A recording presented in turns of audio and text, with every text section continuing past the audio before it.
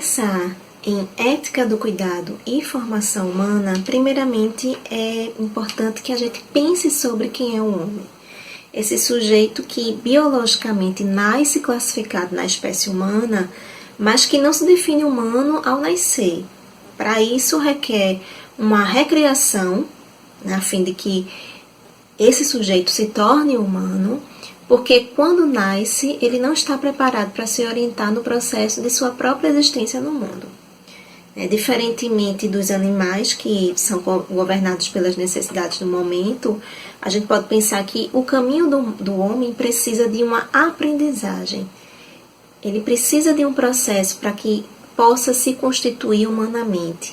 E do ponto de vista desse homem, estar em um mundo compartilhado requer que alguns alcances sejam realizados, alcances relacionados ao bem comum, ao bem fazer, ao bem-estar. E, embora haja uma potencialidade na condição humana, ou como na linguagem de Carl Rogers podemos pensar, há uma tendência realizadora, o homem não recebe nenhuma determinação de sua própria natureza e, por isso mesmo, ele pode construir o seu modo de vida. Então, nesse sentido, a gente pode pensar em aspectos relacionados ao campo da filosofia, por exemplo, o sentido de ethos, de modo de ser, traços e comportamentos que formam o caráter e a identidade de um sujeito, seja partindo da perspectiva individual ou na coletividade, A gente pensa esse sentido de sujeito ético como um ser humano, que saiba usar a sua liberdade, como um ser humano que apresenta uma autonomia para conseguir organizar a sua forma de existir no mundo, É um ser humano que tenha uma responsabilidade pela direção de suas ações e seja corresponsável no mundo em que vive e divide com outros. Então, esse aspecto que a gente relaciona ao sentido de sujeito ético também nos faz pensar numa coerência nas ações individuais e coletivas a partir do alinhamento entre pensar, sentir e agir.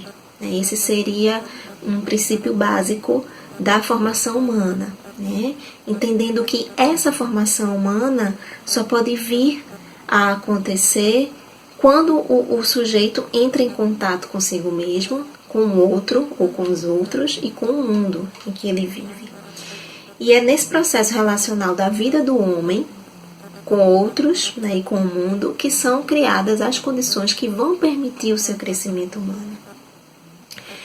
A gente pode pensar também quando Martin Buber traz a sua perspectiva de caminho do homem, ele pensa a postura de um homem aplicada a um outro ser humano, tendo um sentido de participação responsável em seu ser.